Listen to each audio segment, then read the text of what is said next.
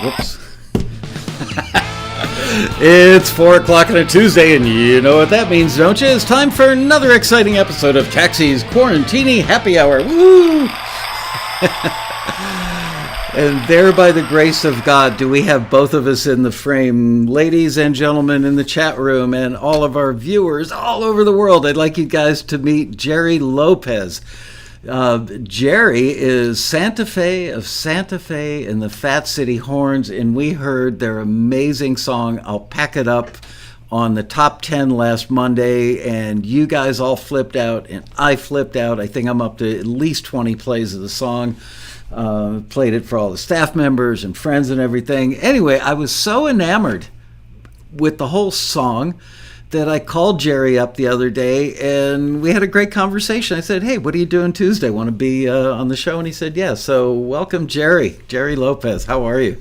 Thank you, Michael. Yeah, I'm thrilled to be here.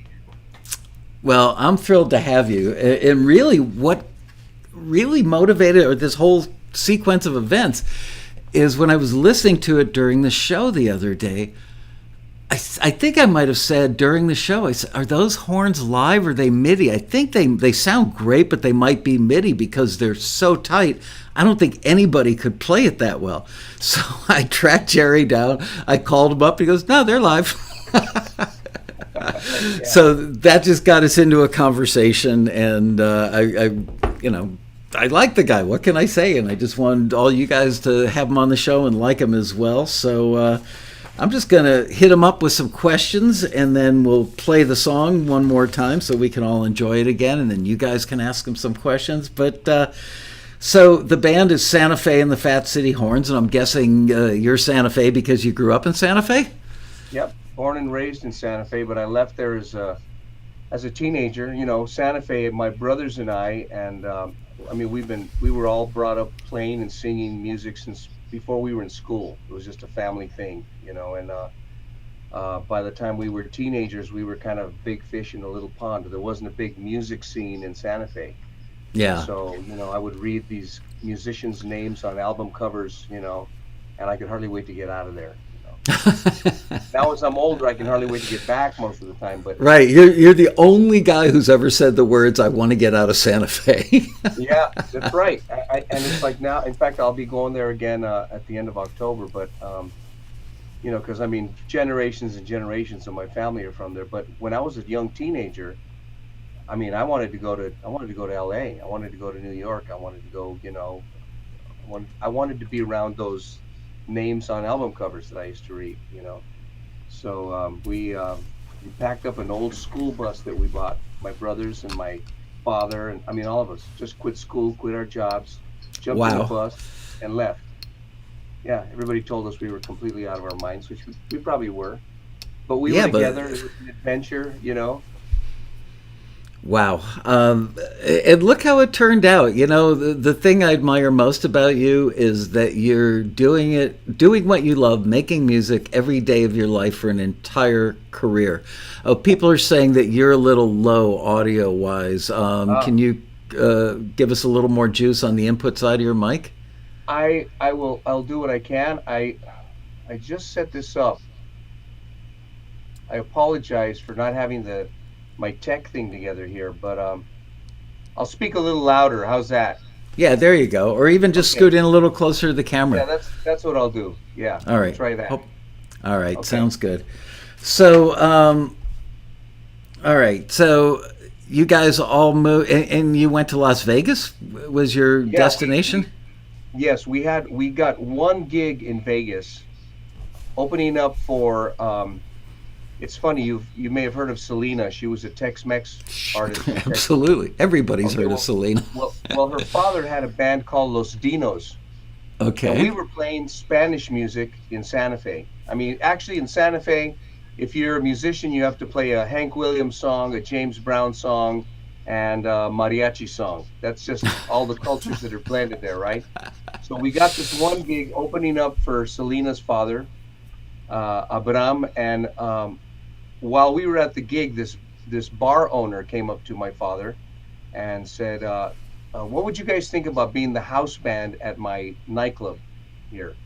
Wow. And it was like 3 nights a week or something, and we said, yeah. So we ended up being like the band and the bouncers at this really rough bar in North Las Vegas in 1975. That's so funny. There are a lot of things I could imagine you being. A bouncer isn't one of them because you could screw up Yeah. your hands and never play your guitar again. Yeah, we were different guys back then, but like I said, it was an adventure. It was my two brothers, my father, one of my cousins, and a couple of other guys from Santa Fe, and we just loved being together. We loved playing music, and we loved the adventure of it all. And that all snowballed. A lot of the musicians on the strip heard about these young Spanish guys that were playing at this bar, and we were playing late night. So all the musicians from like Diana Ross's band and Tony Bennett's and Frank Sinatra and Elvis and all of the Vegas guys, after they got out of their shows, they'd come out and hang out with us. Wow. And so that's where we kind of we developed this late night scene and a big following. Man, that's like a dream come true for every musician. And all because you Yeah. guys had the courage or the balls to just jump in the bus and go. Yeah, well, that's like I said, they thought we were crazy when we left Santa Fe, and I Yeah. figured the worst thing that can happen is I can come back to Santa Fe and do whatever. But in the meantime, I didn't really know where it would end up or what I would end up doing, but I knew that I wanted to get better. I knew I wanted to be around musicians that would inspire me, and it was an exciting time for us as teenagers, as in our late teens, Wow.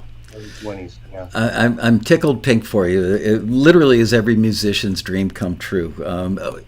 I don't think there's a musician alive, at least not okay, maybe a classical musician, in Vienna, Austria might not have the same aspirations, but for the average musician who picks up a guitar or a keyboard or a tambourine in America, that's everybody wants to do that, and you guys just did it and it worked out. Yay. Yeah. So Well, how many instruments? Guitar is your main thing. How many instruments do you play? I play bass. I play bass. I play guitar. I play a little bit of keyboards, enough to get around, right? Enough to Yeah. to do production with. Um, but I'm really more of a singer than I'm any of those other things. And And I do a lot of vocal tracks internationally for other people's records, and I've done a lot of that. And the amazing thing is, and correct me if I'm wrong, but didn't you tell me, or I read it somewhere, that you guys have 5 singers in the band? Yeah, and they're all really good lead singers. Yeah. Um, yeah, they're all really really good. Every one of those guys is exceptional. Um, it's just it's kind of funny that San, my band Santa Fe's been around since the late '70s. Okay, Yeah. but it was always a 5 piece, 6 piece, 7 piece band. And at one point, my brother was out with Luis Miguel, he's a Mexican artist, and I was touring with Tom Scott and a jazz saxophone player, and I was also the musical director for another Mexican artist. And we were on the road in a van driving somewhere, I have no idea, I don't even remember where, and we were listening to an Earth, Wind and Fire CD or something, or cassette at the time. And one of the guys in the van said, you know what? Why don't we put a version of Santa Fe together and do that, right? And it was a time in Vegas when there wasn't a whole lot of that stuff anymore. Yeah. And I came up first with all the negatives of why it wouldn't work, right? Well, who's going to pay a band that size? And you know what I'm saying? You know what I'm saying? All the stuff why we couldn't. And once we got all of that out of the way, then it was like, oh, wouldn't that be a blast to put together this dream band? And then we started going, okay, so what would that configuration be? What would the horn section look like that we would need to reproduce and recreate that era of music? What are the singers? So without restrictions, without thinking about money, without thinking about any of that stuff, we put together this dream, driving in that van, to a shed somewhere in Florida to play. And And so it took a few months for me to wrangle up the guys. Fortunately, I had a reputation in town as a contractor and as a musical director and musician that guys, they trusted me. I tell people I'm not a virtuoso guitar player or virtuoso singer, any of those things, but if I have a gift, it's probably the ability to infect other people with my enthusiasm about a particular project, right? Yeah. So I rounded up the guys and I told them, let's put this thing together. Let's see what it's like at a rehearsal. And it was magic. It was magic. That's all I can tell you. And every one of us felt it. And these are all kamikaze, these are guys who, like, I don't leave the house for less than $200 kind of guys, right? Back Yeah. in the day. And suddenly they're like 16 years old about the music. And And that it was 20 years shows. ago. Yeah. It absolutely shows. And when I talked to you the other day, I could hear the enthusiasm that you feel.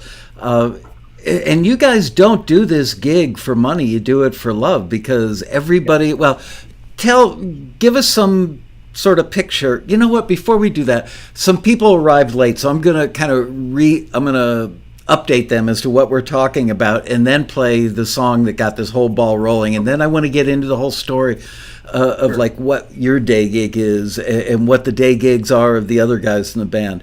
Okay, so for those of you who came late, first of all, 10 demerits, and you're all going to detention later. This is Jerry Lopez, and he's the leader of the band Santa Fe and the Fat City Horns. We played one of his songs, or their songs, on the Top 10 a week ago Monday. And everybody was just blown away by it. And I couldn't tell if the horns were MIDI or real because they were so good. They were just so perfectly tight. So I tracked Jerry down and called him up, and we hit it off, and we had this great conversation. And I said, would you mind coming on Taxi TV and telling the story to everybody else? And he said, sure. So here we are. So I am now going to play the song. Let me know if the levels are good, guys, when you hear it. This is called I'll Pack It Up, Santa Fe and the Fat City Horns. You're going to love this.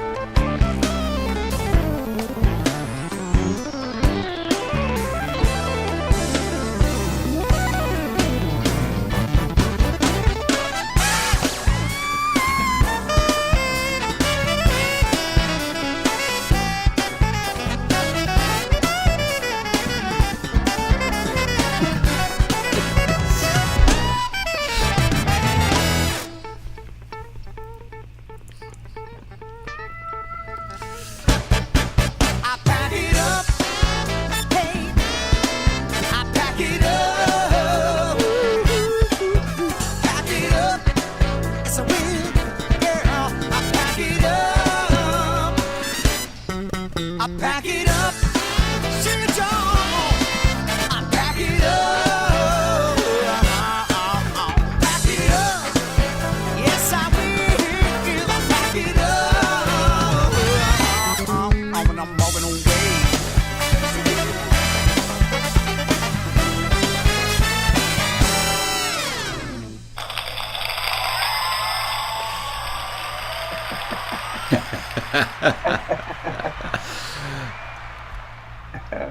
Unbelievably great. Oh, I literally could like do a road trip to Las Vegas and listen to this on repeat all the way out there. You should be so proud of this band and the song. But so, okay. First of all, Cass McKenty in the chat room said you should hook him up with Crawdaddy. I mentioned the guitar player from Phoenix in our first conversation the other day. Yeah. After we got off the phone, I actually sent him a link to a bunch of your YouTube stuff and your website. And I said, if you're ever going to Vegas, call Jerry, reference my name, and ask if you can sit in for a song or two, because he's your soulmate. He would fit in this band so well, and he will absolutely love you guys. So anyway, that's that. See, Taxi's not only a matchmaker for hooking you up with the industry, but for, matching you up. Yeah. So, you know what? Eddie, just quick to add something about that.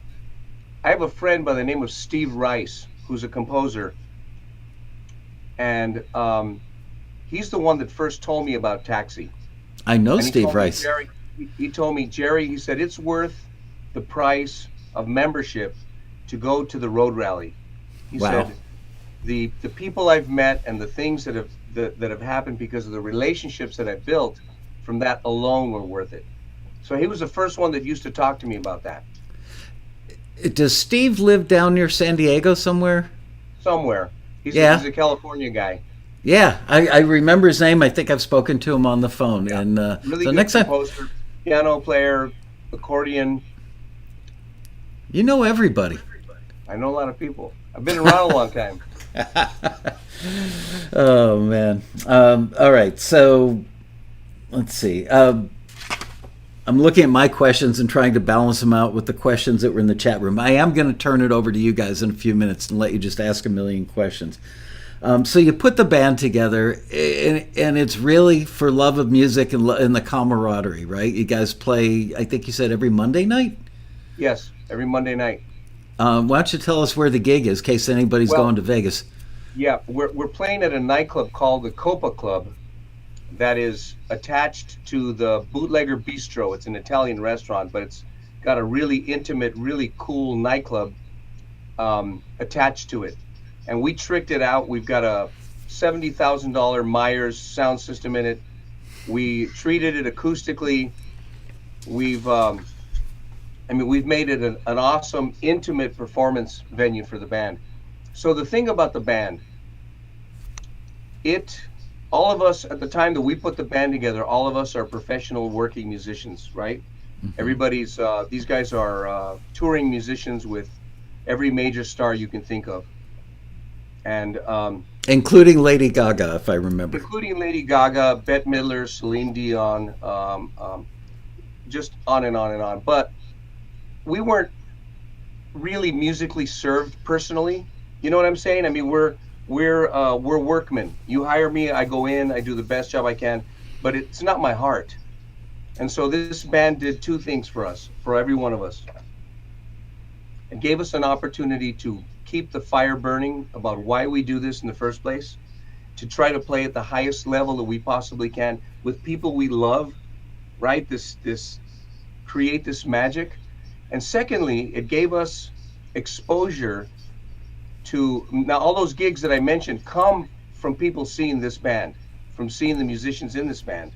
I mean, musical directors from every show and from all these big names will come in. So we're kind of a farm club for all these big name acts, right? Because if they go see me play in a Vegas show, they're going to see a guy in a tuxedo playing a chart.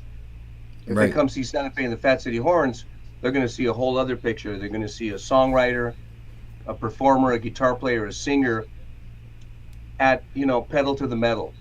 So it's a double thing. There's the thing of, it's a healing for us, a spiritual soul healing for us musically, and it's also the greatest platform that we get to, and calling card for each one of us individually as writers, arrangers, musicians. Wow, I'm envious. I think all of us are envious because you guys are living the dream and you're earning good livings doing it, and just everything is right in your world. So congratulations on that, man. Thank you, Michael. Somebody should do like a documentary on you guys and just call it "Living the Dream." Yeah. And I want to mention, I mentioned to you the other day. Yeah, I've worked with like Paul Schaefer and Will Lee and all those guys when I was in New York, and I would do jingles, and those guys would be the session cats on the jingles I worked on. Yeah. I worked with some of the best studio players that money can buy or that anybody would dream of working with.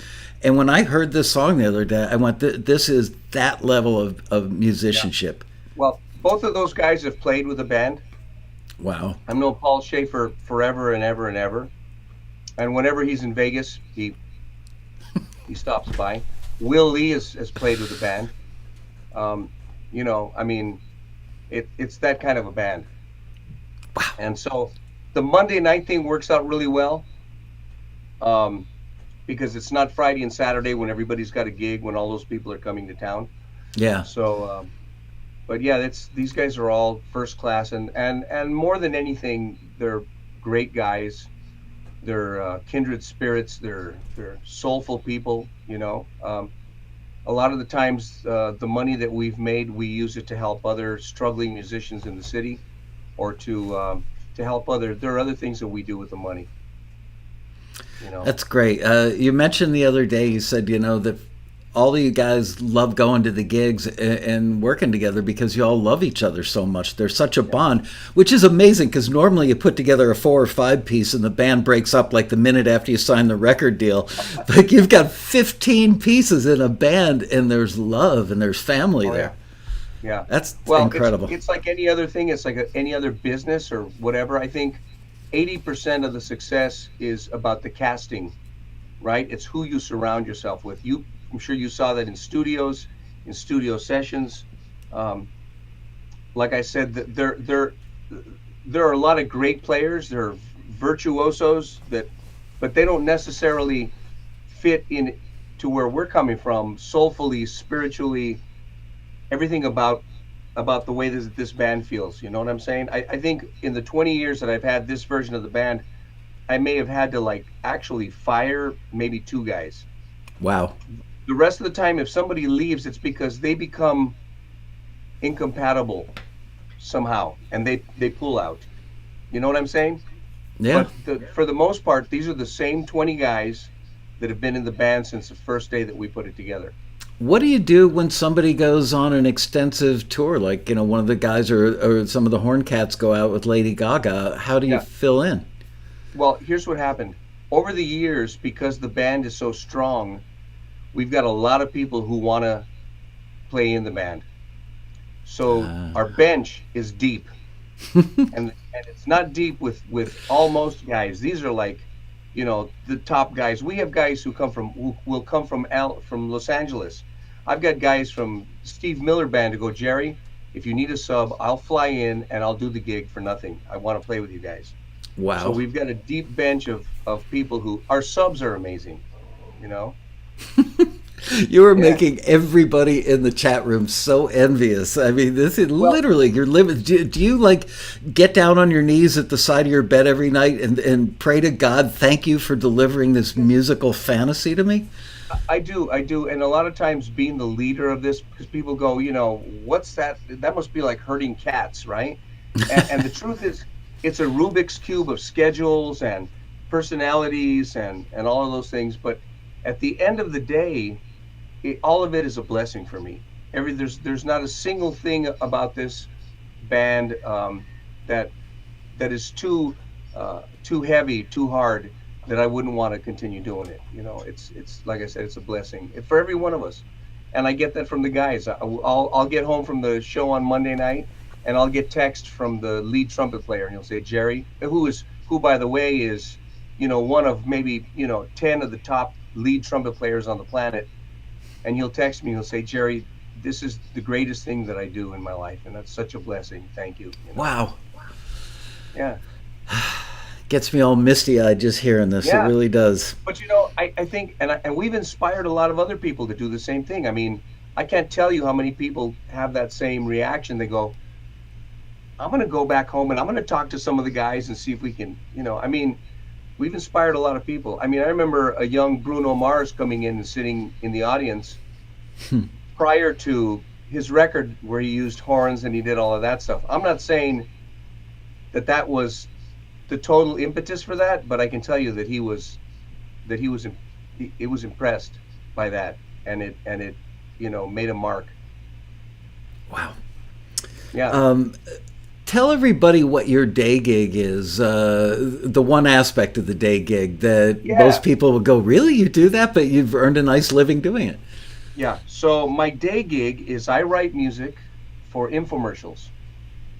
And that's what I think a lot of the people in taxi should know, that there are a lot of different, I have friends of mine here who they go to a 9-to-5 job, and they punch into a studio, and they write music for slot machines. And these are composers. These are guys who are like, and all these studios are all tied together for Bally's Gaming or IGT, and they have retirement packages, and they have, every kind of perk that you would get in any kind of a corporate gig. And they have their studio, and most of them are multi-instrumentalists, guys who can, like a lot of the taxi members who write and produce their own stuff. So, but what I do is I write music for what's called long-form infomercials. They're the 30-minute infomercials that you see on television. Yeah. And I've, for the last 10, 12, maybe 15 years, I've worked specifically for Shark Ninja. So all the Shark vacuum cleaners, the Ninja kitchen systems, the blenders, the ovens, any of those products. If you ever watch any of those infomercials, that's my music. I watch them. Not only do I watch them, I recently just bought a Shark vacuum cleaner because I couldn't sleep one night. I watched the entire infomercial and I actually ordered the damn vacuum right then and there. They're great. And so that's what I do, and it's been lucrative. It's been because those shows are 30 minutes long.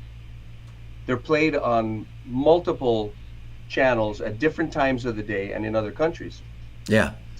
So the back end just must be great. So it's really been good, and it can be very stressful.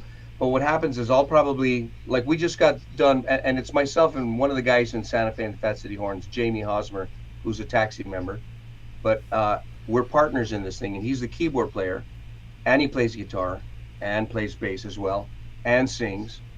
But we just got done doing 2 new shows for 2 new products for them, right? And so we're dealing with 2 completely different production teams, and they want their music yesterday, right? So we're burning the midnight oil. We're working hard, maybe for 5 weeks, 6 weeks on these 2 shows. We're like, I get up, I come into the studio, and I don't leave. I take a break to eat, I come back in, I'm here till 3, 4 in the morning.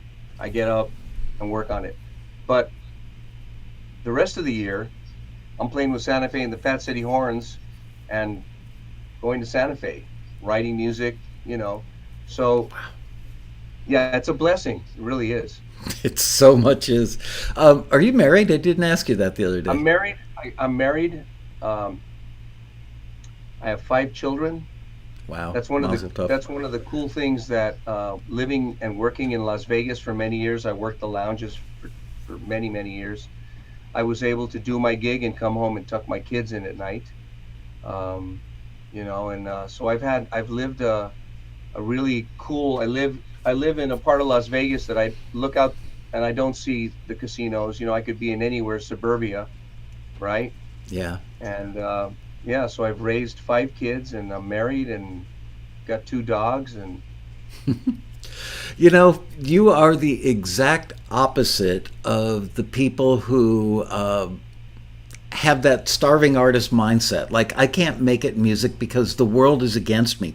The industry doesn't want to sign me because they want to take it, they want to take advantage of you, or they don't want to hear your music, and nobody has any pity on the poor starving artist. You're the exact opposite of that. You're like the poster child, and you seem like an incredibly nice, normal guy with like normal values. You're not a dreamer in the negative sense. You're a dreamer in the positive sense. Wow. Michael, I think that right from the get-go, and even I told you my story about how we left Santa Fe and the things that we did and the chances we took and all of that.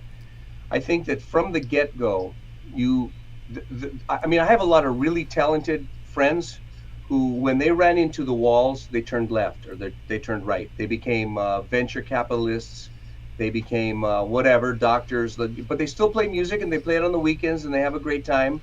But they figured, this is just too hard for me. It's a business where, talent is only one part of the recipe, right? It's not the criteria for success in our business. Talent is not. There's all these other things. And so if you understand that right at the get-go, that there's going to be obstacles, that there's going to be disappointments. I've had record deals that fell through before recorded the record and it never happened. You have to love the music so much, you have to love doing it so much, that all of those other things have to be icing on the cake. That's just the way it is. You have to accept that right off the bat. If you go into this thing thinking, I'm going to find a formula that's going to make me $1 million, you're going to hurt. It's going to hurt you. You're going to get bruised by that. You have to love what you're doing so much that if the successes come, it's just like icing on the cake. That's my view of it. You are a special man with a real gift for your attitude about life. I don't know if I should give your parents credit for that, or if you were born with that as some sort of God-given gift. But your attitude the school of hard knocks. Okay, that learning all of that and realizing. There was one point that I was a musical director for this Mexican artist, and he had me on a retainer, and so whether I gigged or I didn't gig, there was a check coming in. And I was so disillusioned by the music business, I thought, I want to do something where if I'm good, I win. You know what I'm saying? I had a moment like that. This was many years ago. So while I was on that retainer, I learned this entire, I don't even want to tell you what the other business was, but it was a lot of work. It was a lot of licenses. It was a lot of studying. And I told you I quit school early so I could hit the road. Yeah. And I found that I could make money. But I don't know how to explain it other than to tell you I got emotionally constipated, not being able to do what I do. And I realized that this business, or forget the business, the music thing had chosen me. I didn't choose it, it chose me, and I had to do it.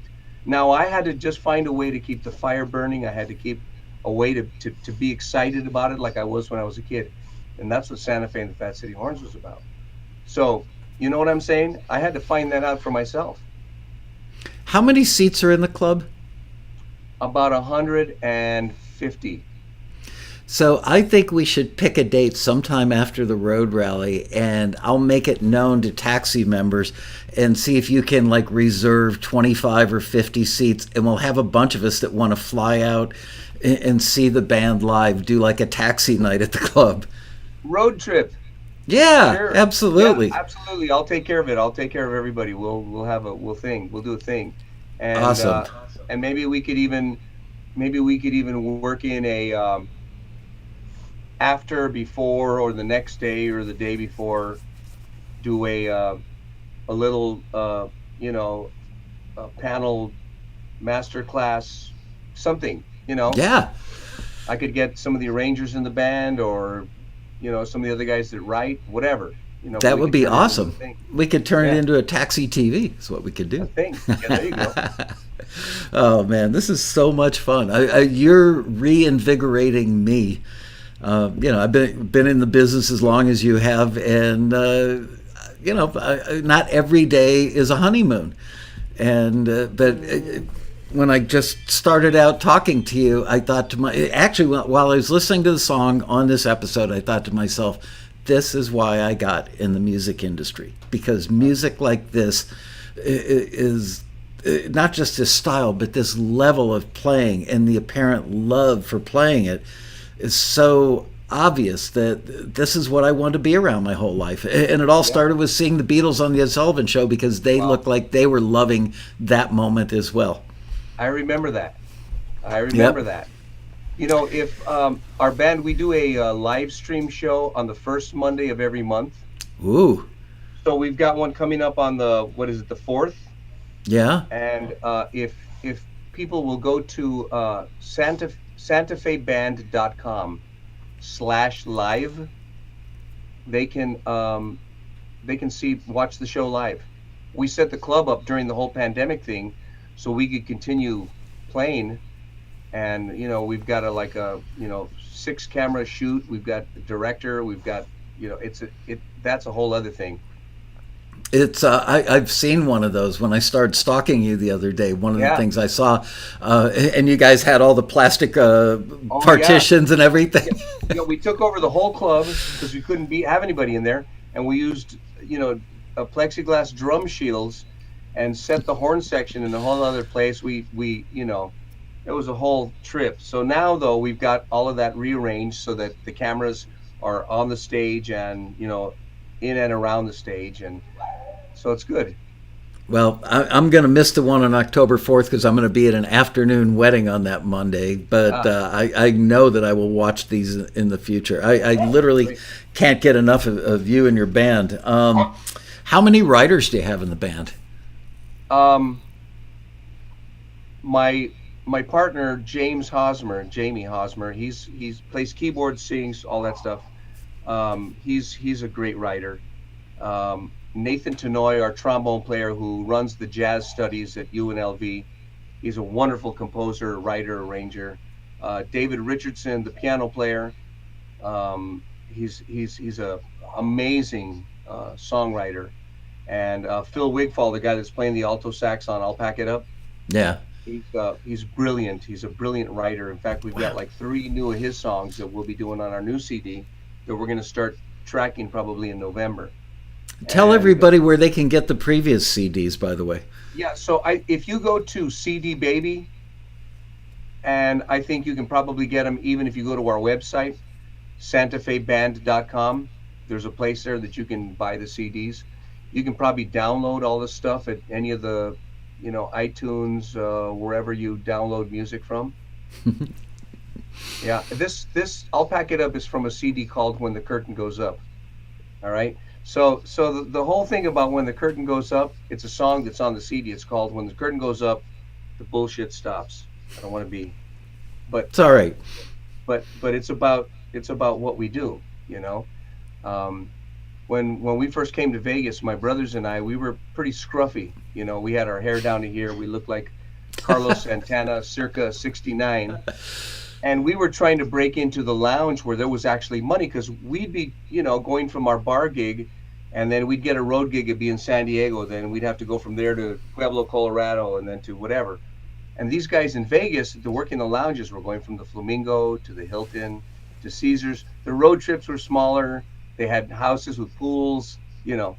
So we're trying to break in. And the first time that we got a chance to do that, we kind of got snubbed by some of the guys in the band that was going to play before us, and they wouldn't let us put our gear in a certain place or whatever. And my brothers got a little huffy, you know, like I told you, we were a little rough around the edges, and they wanted to deal with it in a different way. And I told them, you know what? No, I said, listen, we're going to make our bones when the curtain goes up, because when the curtain goes up, the bullshit stops. And that's the truth about what we do, right? Where the rubber meets the road, you either, you know, you is or you isn't. And so that's the name, how the name of that song came about, and the title of that CD.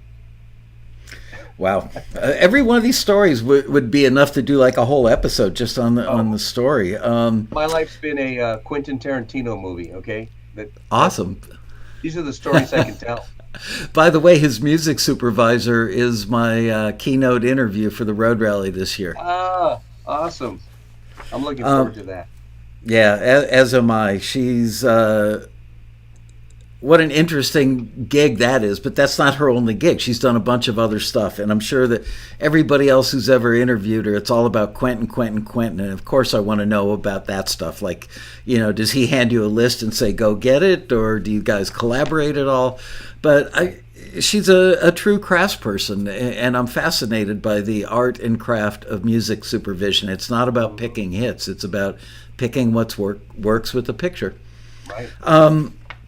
Well, I'm going to open it up. So many people have been asking questions in the chat room, so I'm going to open it up and let these guys ask you some questions. I know somebody asked earlier if you recorded the record in the home studio, and I know the story, but they don't. So go ahead and tell them where you recorded it and who mixed it, etc. So the basic tracks for that were recorded at the recording studio at UNLV at University of Las Vegas here. One of our trumpet players runs the recording program over there, and we've a bunch of us, some of the guys went to school there. We've been real close with the university there, so we get to use the studio. We pay the engineer, but we get to use the studio. It's an awesome studio. So the basic tracks were recorded there. Vocals and guitars I did at my place. I've got a great front end and great mics and great stuff. And it was mixed by an amazing gentleman by the name of Steve Sykes in Los Angeles, who is an amazing guitar player, just one of the sweetest human beings on the planet, and loves the band as much as I love the band. So when he's mixing it, he's like the 16th member of the band. And you can tell, I mean, that, by the outcome of it. So that's how that's done. All of our demos are home demos. So all the demos before the song ever gets to the band are, it's an internet band. It's like I'm sending out MP3s of the vocal breakdowns to the guys, their harmony parts. We're sending PDF files of the charts. Everybody, because we may rehearse, 3 or 4 times a year. And so the guys show up prepared and, ready to go. But so it was all charted. I mean, it was pretty obvious to me that this is the real deal, and it was charted.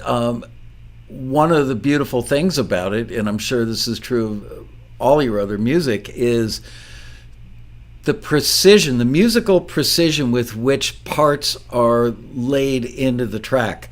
The follow down on I can't remember what, that's my favorite part of the whole song. Yeah. It's like the synth parts. People wonder, we use the term ear candy a lot. That's ear candy. It's that magical little salt and pepper that makes something great, which is much better than good. And you guys have so much of it.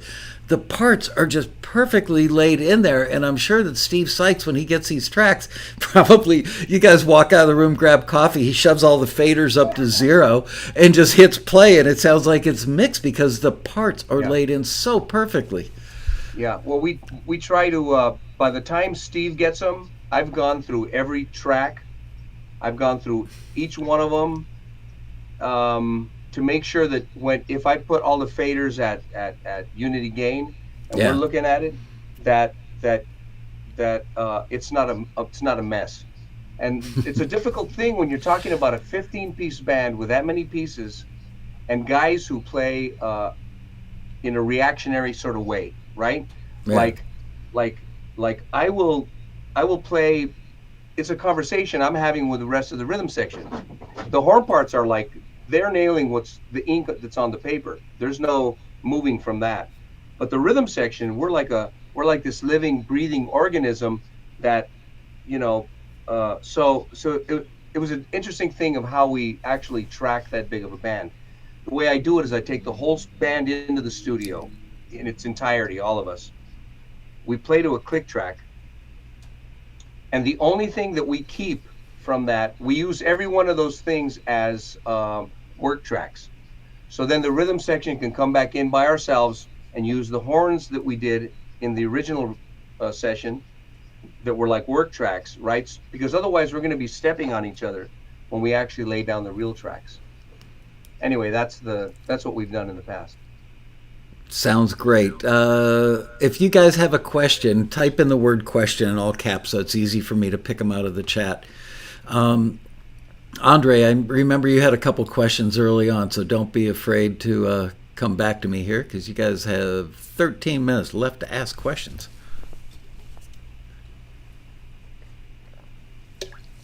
I'm going to scroll up, see if I can find one while they're thinking.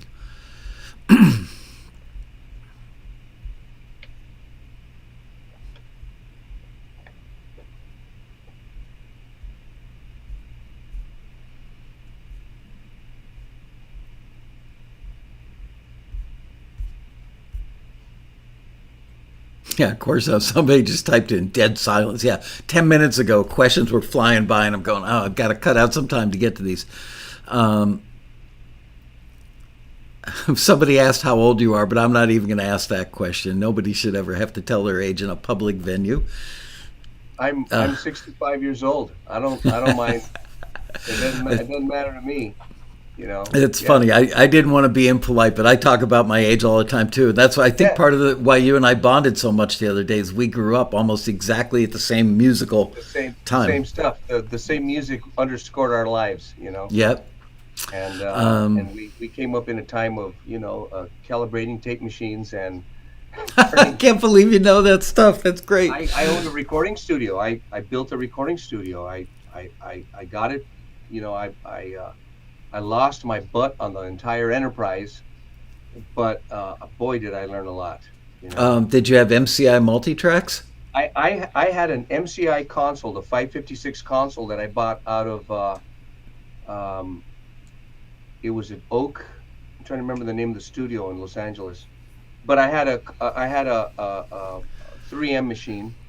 Yeah. And, I had Otari as well. And, like I said, I learned how to calibrate tape machines and, all of the things that I had no idea I was gonna learn. But yeah, so we're kind of from the same. The kids era. today have it so easy, don't they? These kids, they got a mouse. You know? That's right. I had an MCI 556 at one point in my career. I started out on a 528, had a 556, and then finally ended up with an SSL 6048. Right. Boy, that was an upgrade. Yeah, so you know that board. It's funny. That board, Weather Report recorded some of their hits on it. I mean, there was a lot of... So it's funny, the pad, right, that sits at the edge of the console. Yeah. It had been there forever. And it was funny because I took it off to have it reupholstered. And when I did, you should have seen, it was like a drug lab that fell out of the... It was, I mean, if I could have scraped all of that into a baggie, everybody would have gotten high for a week, you know? We used to do that. I won't mention the artist's name, but he was a member of a band with 4 last names in it, and he would sit at the B3 taking a business card and dipping it into a half gallon or a quart, whatever, the big Ziploc, and dip it in there, and whatever fell out of his nose would fall into the keys and eventually make... So when we finished the album, one of the guys in the studio said, go get a Phillips head. I did. We lifted out the keyboard, and then we took a nylon stocking. We ran to a drugstore, bought a pair of legs, stockings, put a piece of the stocking over the vacuum cleaner, sucked it all up, then ran it through a strainer to get all the crap out of there, and we got a large quantity of illegal substances. So I know the drill. All right, some questions came in while we were talking. Right. That is our age group, though. My wife, who is a little younger, doesn't understand the whole thing. But I'm sorry, honey, this is the business I was in and the age that I am. It was everywhere. Yeah. Can you name drop some awesome players that sat in with the band? That's a good question. Yeah, well, if you're a musician, Dennis Chambers. Yeah. Played drums with us. Steve Smith played drums with us. We've had Will Lee play bass. We've had Brendan Fields play saxophone. We've had all of the Stevie Nicks band, all of the Carlos Santana band. I mean, we've had, Prince has been in the audience, and most of his band have played with us. Wow. It's kind of a who's who of that's the thing about our band. It attracts all the, we're a musicians band. Yeah. We're kind we're kind of self-serving. What amazes me though, Michael, and you're going to see it when you come to see us, is the audience. The demographic is really wide, right? I mean, there are people way older than us and way younger than us, and a lot of times our music is not the most commercial stuff. We're like, even in I'll Pack It Up, right? I write these sections where I devote it strictly for the horn section, and I'll leave those blank, and I'll leave those for the horn arranger to do stuff. But a lot of times our gig turns into, it's almost a a jazz study or a funk clinic, and yet there are people who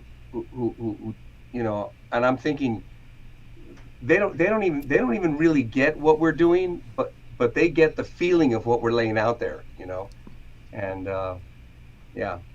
It's funny you mentioned Weather Report before, and I used to hire Jocko as the bass player on demos that I did when I was first learning how to produce, and he would play. I have recordings at home. Jocko Pastorius playing bass on like a folky singer-songwriter thing that I paid him $50 for. Wow. Wow. Oh, man.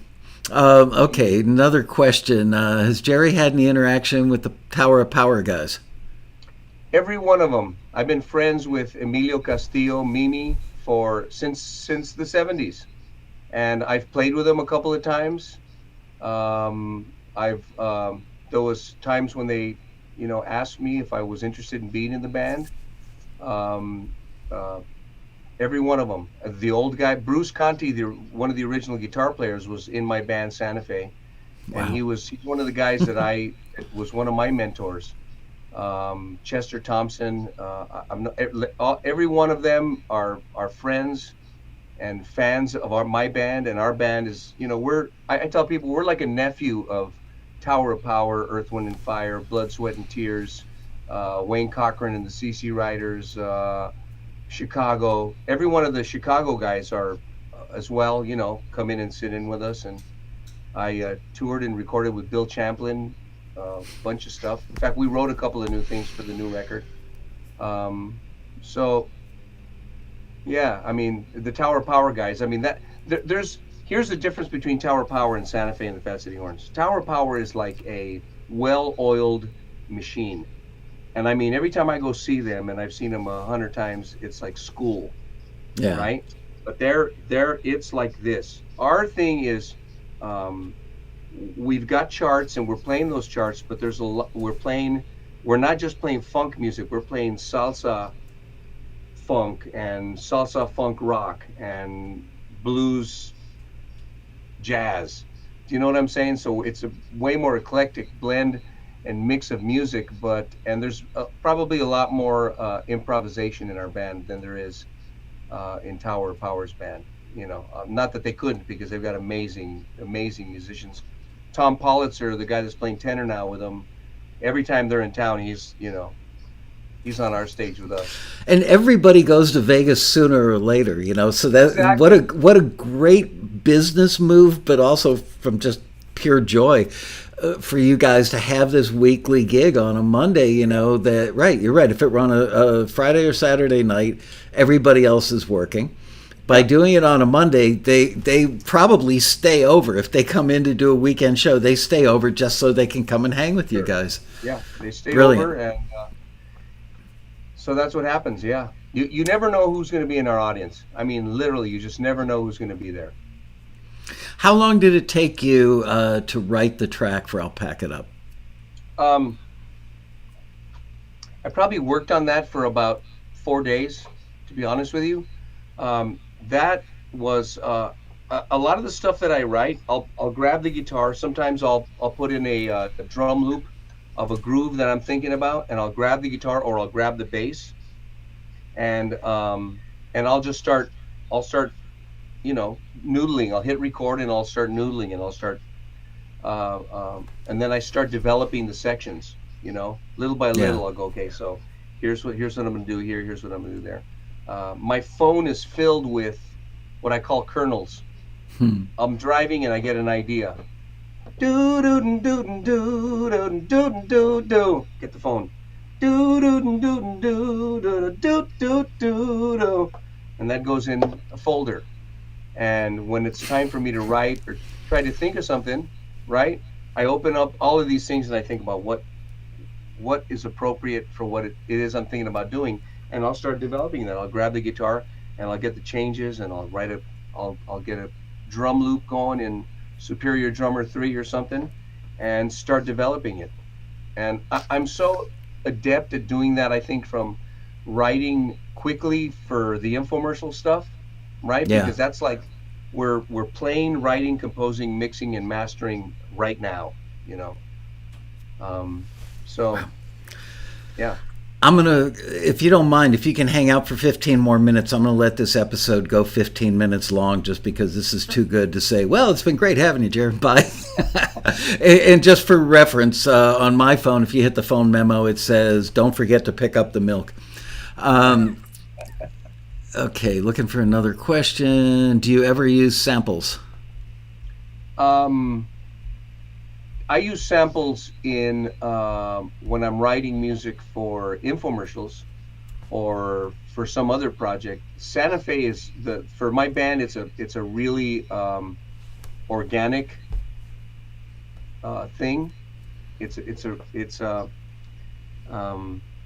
yeah. That's a band. You know?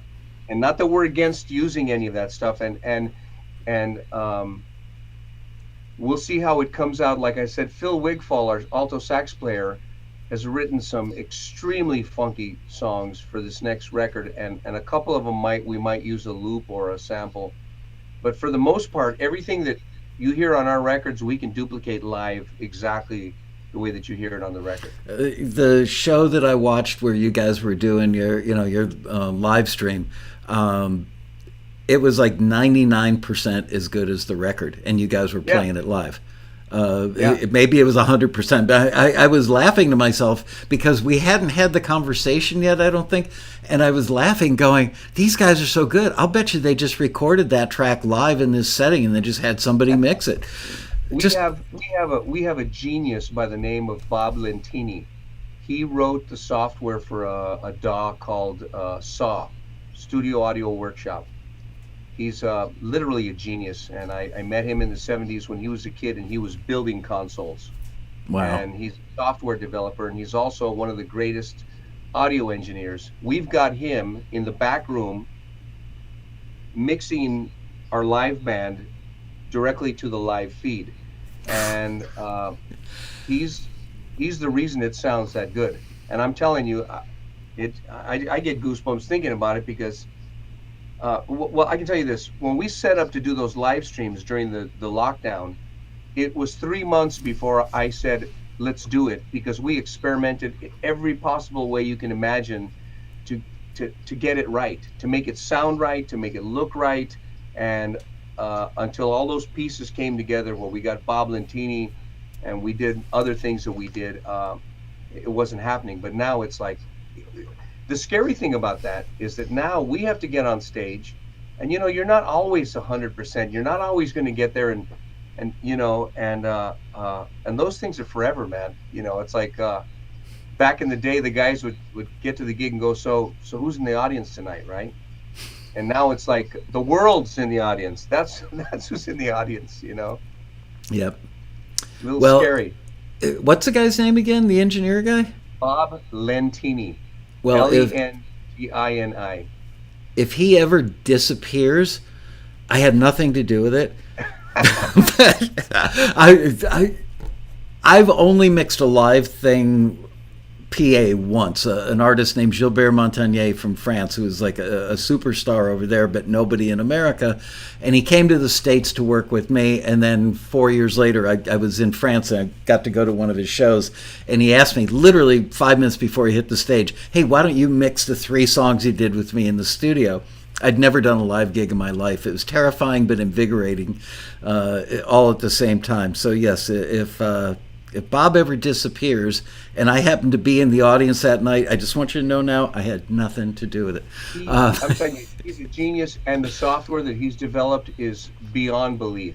RML Labs. Look that up and look at the software programs that he's developed. One of them is called SAC, S-A-C, and it's a monitoring rig that software based. Elton John's using it. Different people are using it, but it gives each guy not just his own mix. It gives each guy an entire console with EQs for everything. I mean, you name it. Anyway, it's crazy. Bob Lentini, he's a genius. I can't wait to meet him and shake his hand, because Yeah, just you will. everything about you guys, it's like you totally get it. You seem like a pretty laid back guy, but yet a perfectionist at the same time. You understand the importance of quality, but you also understand that there's got to be a life balance of having fun while you're producing the quality. You've got it figured out, dude. You need to like teach an online class about this stuff. Yeah. I've thought about it. I've thought about that. Yeah, maybe one of these days I will. Who's your drummer right now? And is it the same drummer you've had for a long time? His name is Johnny Friday, and his main gig is with Arturo Sandoval. Oh, that's right.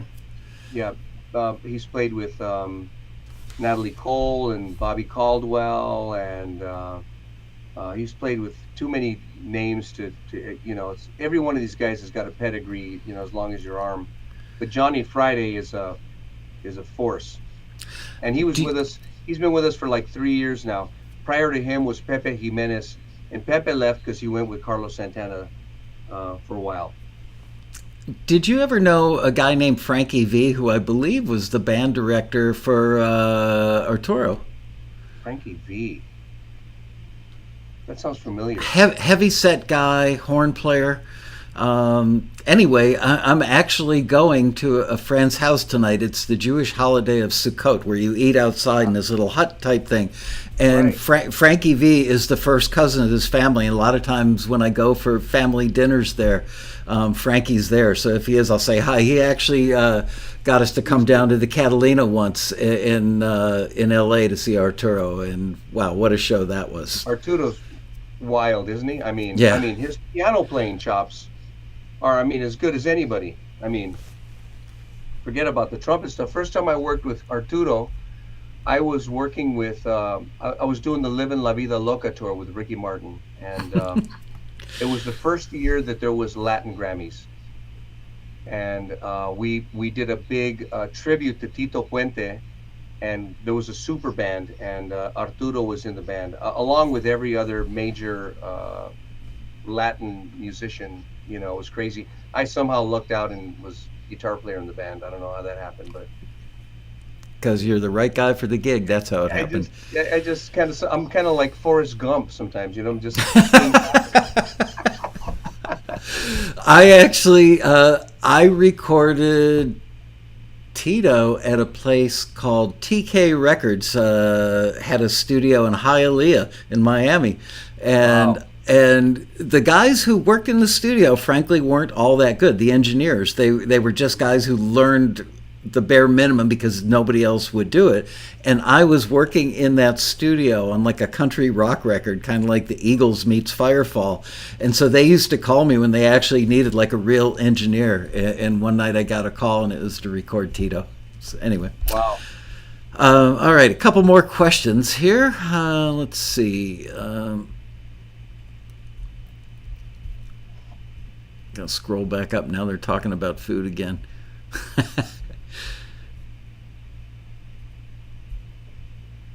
I got that one already.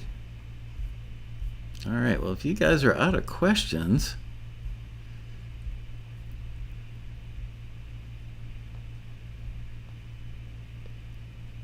yeah, everybody's silent. Now it's like they're asking questions the whole time we're talking, and then the minute I say, you got a question, everybody shuts up.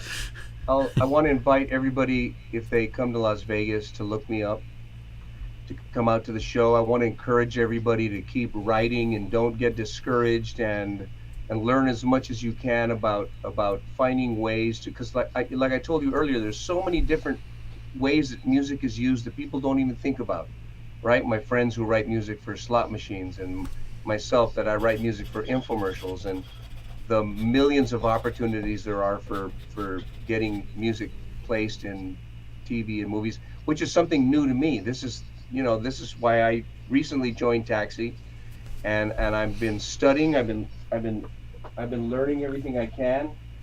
I've got the books.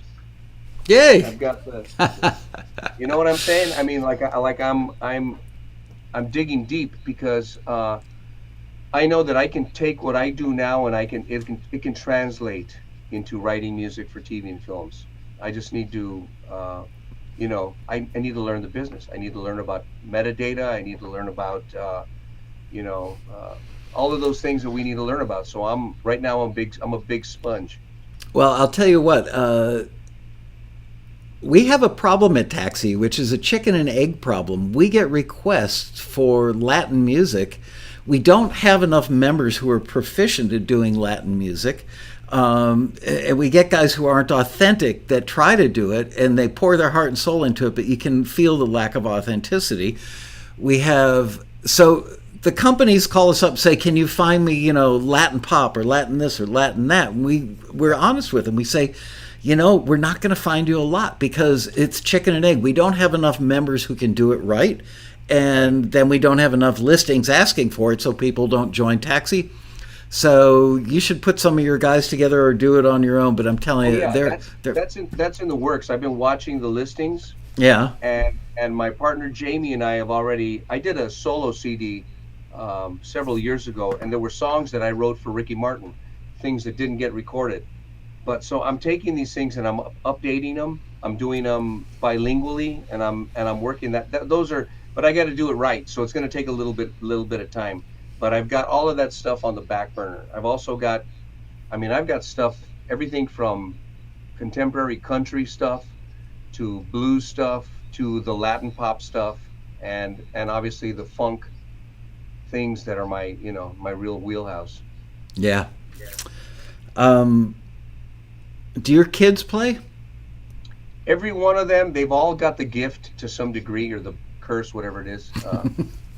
But none of them have the other things that I'm saying that made me what I am. Where like it was a blind love of the thing, and I had the guitar in my hand, till I fell asleep when I was a kid, and but they've got great voices. My son played saxophone since he was since he could play saxophone, reads music way better than I ever did. Huh. But it doesn't do to him what it does to me. Well, it doesn't. You're a special guy. I've been in the business for almost 50 years, and I've known a lot of musicians, from absolute neophytes to, Paul Schaefer guys in New York and Steve Gadd. And out of all the people I've met in my career, you're in a very small club of people that I could say were born to do this, that you can feel the thing emanating from you. You know who the other, Katy Perry. She was a screener at Taxi. She had her first record deal. She got dropped. She was trying to get another record deal, and I walked in the lobby one day around 9:15 in the morning, and there was this cute girl standing there by the front desk. I had no idea who she was, what she was there for, and I didn't really pay much attention other than went, oh, she's kind of cute, just a like footnote. And I walked by her, turned left to go down the hallway to my office, and I thought, I just felt a vibe. I literally felt a vibe. I had no idea that she was here to audition as a screener. I had no idea that she was an artist herself. And you've got that thing. Some people are literally put on this planet to fulfill a destiny. You're that guy. So, wow. Well, I'm flattered by that. Thank you. I'm honored to know you and have the conversation. And I want to take us out by playing I'll Pack It Up one more time, because people are asking for it in the chat room, and I planned on playing us out with that anyway. And I promise you, I am coming to Vegas to hear the band. I want to meet all the guys and congratulate everybody for living the dream. And I will try and get it together that I can bring a bunch of Taxi members with us, and we'll have some fun. Do it. It'll be great. All right. I want to thank everybody. I've got to run. Thank you so much for having me on. And like I said, everybody, don't get discouraged. Find the love in what you're doing. Do it because you love it. Find the way that you love it. All right? Absolutely. Jerry Lopez, ladies and gentlemen. Okay. Bye. Bye, Jerry. And here we go. Santa Fe and the Fat City Horns.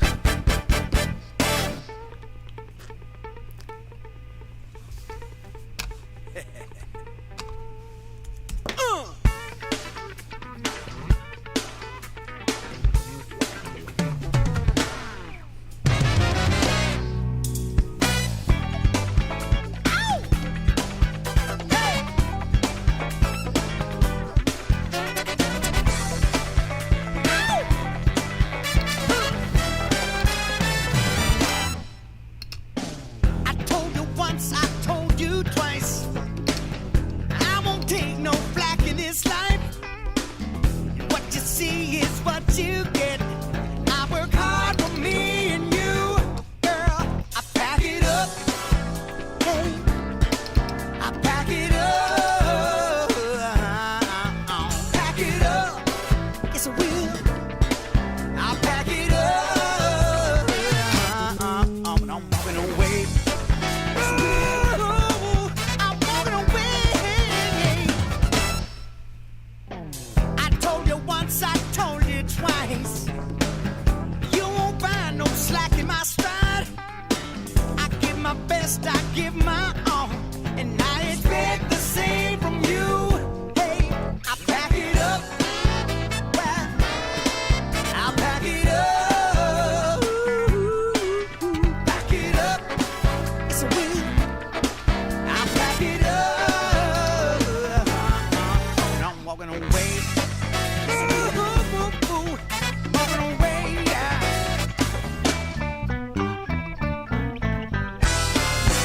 Since I fell for you, I gave you everything your heart desired. Ain't it true? Yeah. Ooh, ain't it true, girl? And unless I've been playing the fool for you, I've been doing my best, working hard, not breaking any rules.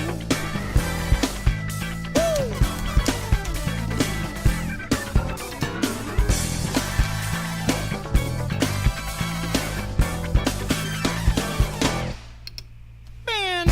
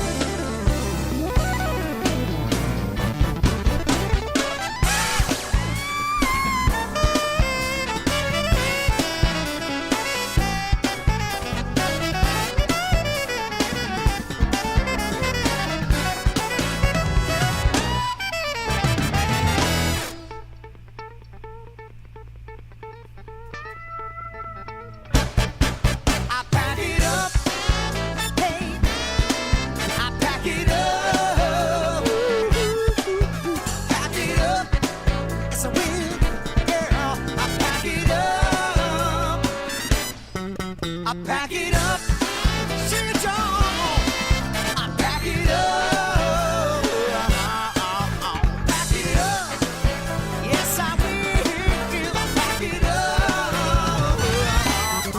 and I'm walking away.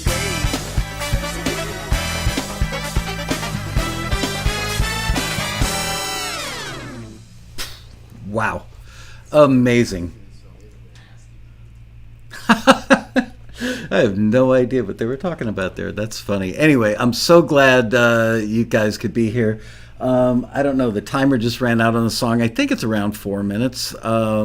Anyway, really, really, really glad that that the A&R team here picked this to be in the top 10, and that we were all so impressed with it, and it caused me to track Jerry down because I feel like I've met a very special guy, as have you now, and I really want to pull this off where a bunch of us meet in Las Vegas and go out and see one of their shows.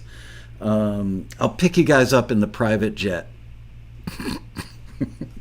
Anyway, I will see you on Monday, 4 o'clock, for the return of Bobby Borg. We're going to do the entire 90 minutes with you guys asking music marketing questions. So I'd really appreciate it if you could go in after this quarantini and drop your questions for Bobby Borg in there, or questions that you have for Jerry, and have some questions ready to go for Monday's show, because there's nothing worse than sitting here staring at a chat room full of people talking about the lobster bisque they're having for dinner rather than asking a question. So, yeah, no episode of Quarantini this Thursday. I'm buried too deep with Road Rally stuff. But I've only got 2 more panelists to confirm, and then I'm done, and then I can start publishing that schedule, and it's going to be really, really good. So thanks all for hanging out. See you on Monday, 4 o'clock, right back here. Bye-bye.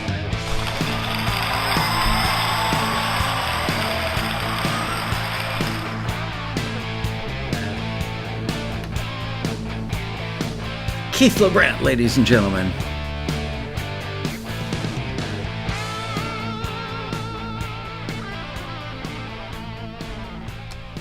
Give us a thumbs up, too.